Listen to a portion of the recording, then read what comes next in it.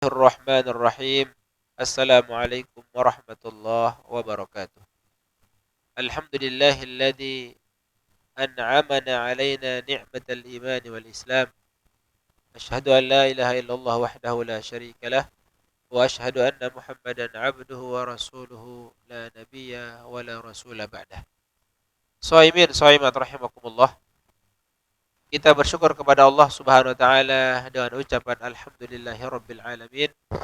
Salawat dan salam kepada Rasulullah sallallahu alaihi wasallam, kepada keluarga, sahabat dan pengikut beliau ila yaumil qiyamah dengan ucapan Allahumma salli ala sayyidina Muhammad wa ala alihi wa ashabihi wa man tabi'ahuda. Pemirsa shaimin shaimat rahimakumullah. Bulan Ramadan adalah disebut oleh Rasulullah bulan yang diberkahi. Beliau mengatakan kepada para sahabatnya, Ja'akum syahrun mubarak. Telah datang kepada kalian bulan yang diberkahi. Bulan yang diberikan keberkahan. Dalam riwayat yang lain beliau mengatakan, Qad adhallakum syahrun mubarak. Telah menaungi kalian oleh bulan yang diberkahi. Maka bulan Ramadan, shaimin shaimat rahimakumullah, penuh dengan keberkahan di dalamnya, baik siangnya dan malamnya. Keberkahan di pagi harinya, di siangnya kita melaksanakan ibadah siyam, melaksanakan ibadah puasa.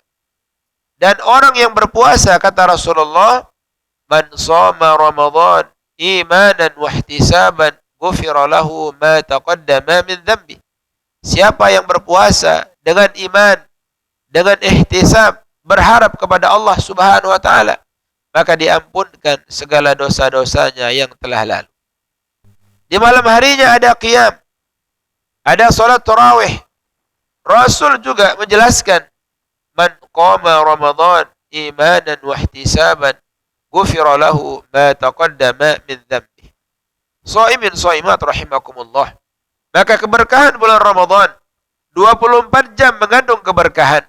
Di siang harinya Allah Subhanahu wa taala telah mempersiapkan dengan maghfirah, dengan ampunan Allah bagi hamba-hambanya yang berpuasa dengan iman dan penuh harap kepada Allah. Di malam harinya Allah menyiapkan maghfirah, menyiapkan ampunan juga bagi hamba-hambanya yang qiyam, bagi hamba-hambanya yang salat tarawih dengan iman dan berharap kepada Allah Subhanahu wa taala. Oleh karenanya, shaimin shaimat rahimakumullah, di siang hari supaya kita mendapatkan maghfirah ampunan Allah, maka mesti kita berusaha untuk bagaimana puasa dengan semaksimal mungkin.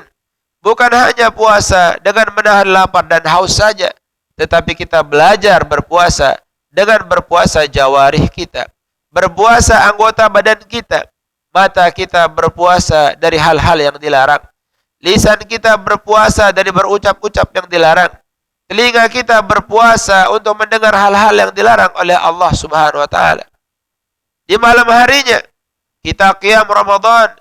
Jangan sampai kemudian kita ada bolong satu malam pun untuk melaksanakan salat tarawih. Kita berusaha dengan semaksimal mungkin. Bagaimanapun sibuk kita, bagaimanapun banyak aktivitas kita, akan tetapi qiyam Ramadan sebagai skala prioritas bagi kita untuk harus kita melaksanakan, mengharuskan diri supaya kita mendapatkan ampunan Allah Subhanahu wa taala. Shaimin shaimat rahimakumullah. Maka kita melihat fenomena atau realita yang ada di kampung-kampung kita. Masih banyak saudara-saudara kita yang salat tarawih dengan begitu cepat.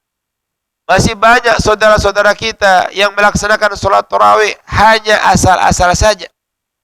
Tidak ada tumakninah, tidak ada kekhusyuan di dalamnya. Karena yang dicari adalah yang mana yang tercepat. Oleh karenanya, shaimin shaimat rahimakumullah, selaku hamba Allah yang beriman, tentu qiyam yang mendapatkan maghfirah Allah, qiyam yang mendapatkan ampunan Allah Subhanahu wa taala adalah qiyam yang dilaksanakan secara maksimal. Tumakninahnya ada, khusyuannya ada. Qiyam yang dilaksanakan dengan begitu nyaman, tidak tergesa-gesa, qaul atau azkar-azkar dalam sujud dan ruku maksimal kita sudah membacanya. Al-Fatihah ketika kita berdiri sudah habis kita membacanya. Tumakninah antara satu rukun gerakan yang satu dengan gerakan yang lainnya maksimal kita laksanakan. Maka itulah yang akan mendapatkan maghfirah Allah Subhanahu wa taala. Shaimin shaimat rahimakumullah. Masalah rakaat salat tarawih, maka yang masyhur kepada kita bisa kita melaksanakan 8 rakaat, bisa kita melaksanakan 20 rakaat.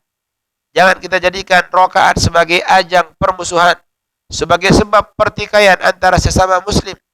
Maka ketika dua-duanya sudah ada hujjah, ada dalil, maka silakan kitalah yang memilih untuk bagaimana senyaman-nyaman kita dalam melaksanakan qiyam. Bagi yang melaksanakan qiyam 8 rakaat, maka tafadhal silahkan melaksanakan dengan khusyuk, dengan tumakninah. Yang melaksanakan 20 rakaat juga, maka silahkan juga melaksanakannya dengan penuh kekhusyuan dan tumakninah. Jangan sampai kemudian karena mengambil 20 rakaat, kemudian dia lakukan dengan secepat mungkin, dengan kilat, dengan gigi yang 5, digas sekencang-kencangnya supaya cepat selesai. Maka tentu cara yang seperti ini tidak akan mendapatkan maghfirah ampunan Allah Subhanahu wa taala. Maka shaimin shaimat rahimakumullah, kita berusaha sekali lagi dengan bulan yang penuh keberkahan ini, dan kita termasuk orang-orang pilihan Allah yang bisa disampaikan umur kita ke dalam bulan Ramadan. Kita berusaha dengan maksimal mungkin bagaimana di siang harinya kita shiyam dengan maksimal, di malam harinya kita qiyam dengan maksimal, sehingga setiap harinya di siang dan malamnya kita mendapatkan ampunan Allah Subhanahu wa taala. Demikian shaimin shaimat rahimakumullah, mudah-mudahan ada manfaatnya. Wabillahi taufiq wal hidayah. Wassalamualaikum warahmatullahi wabarakatuh.